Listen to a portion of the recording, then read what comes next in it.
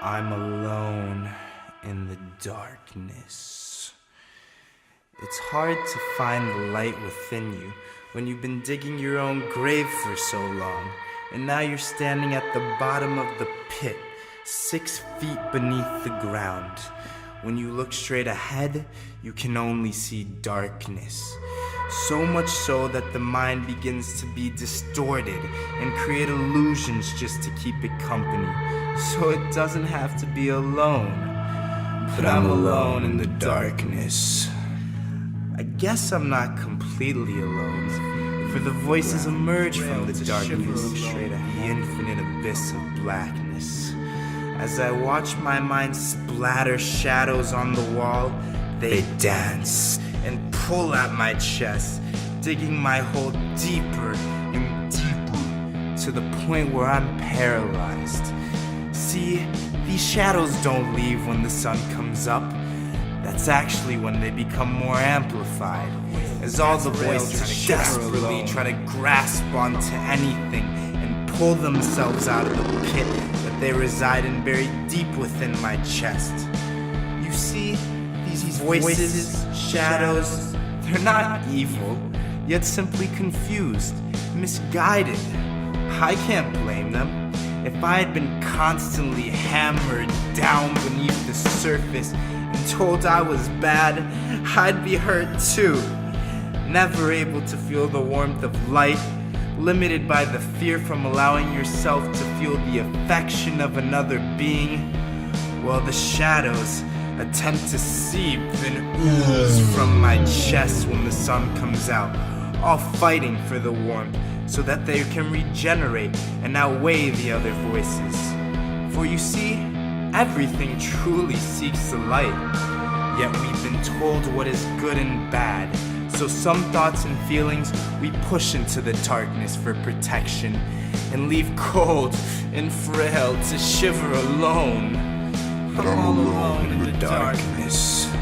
Of course, after a year of neglect and thoughts pinpointing you as the problem, you'd get angry that the warmth you once knew is no longer. So you decide to stop looking up from the bottom of the pit to the light far above because of the pain and agony it causes, physically and mentally. You can't think yourself out of an abyss, a pit, a loop. So you decide in the current moment that the light 6 feet above you is unobtainable right now. You've been tucked away under your bed for a week with the chills and night sweats. It's like the freezing point and melting point are one and the same. Either end you choose will bring intense discomfort, making you want a taste of the other. This can't be the path. But I'm alone in the darkness, and I'm cold. And these vices, my shadowy thoughts, whisper comforting words in my ears, reminding me I'm not alone, for they are dying too.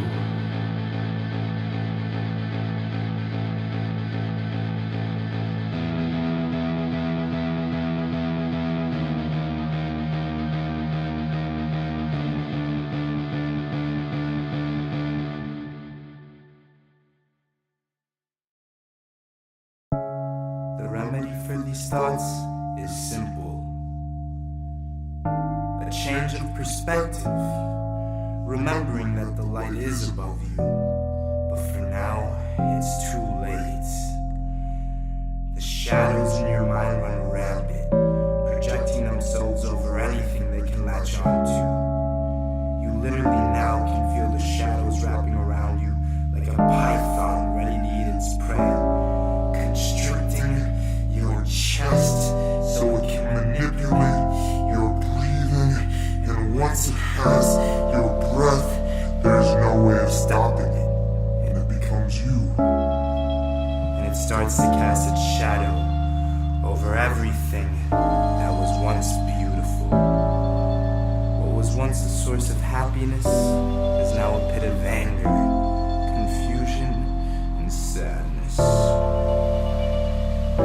As the disfigured shadows wander, smell becomes its only source of warmth, as it creates images in its head of past experiences.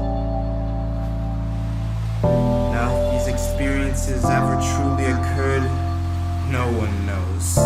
For the shadows unintentionally and without conscious control twist and twirl the images to provide us the most comfort. The shadows grow off the darkness, the manipulation of the mind, for that is where they access fear and poke a hole in it so that it oozes throughout your whole vessel as you try to move while slowly dripping in the slime of your own guts. You remember to yourself that there's no escape.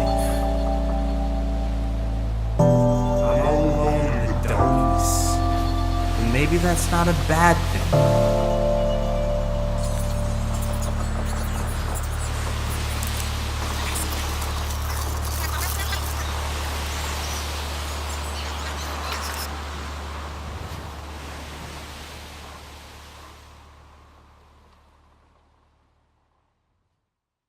As you begin to accept this reality, you become more aware of the shackles that kept you a prisoner of your own pit, and you notice that they aren't as tight anymore. You slip them off your wrist, ankles, neck, and chest, and remember what it's like to truly breathe again. You look up and see the light, this time not as blinding, for your sight has now returned, and you feel in tune with your senses again. As you begin to climb up the crumbling dirt walls that now fully surround you, it becomes tempting to just let go and fall back into your coffin, lying open at the bottom of the pit, with the warm haze around it and a pillow for you to rest your head. But you begin to feel the warmth from the sun up above, and something deep inside you knows that such warmth is what you have always truly desired.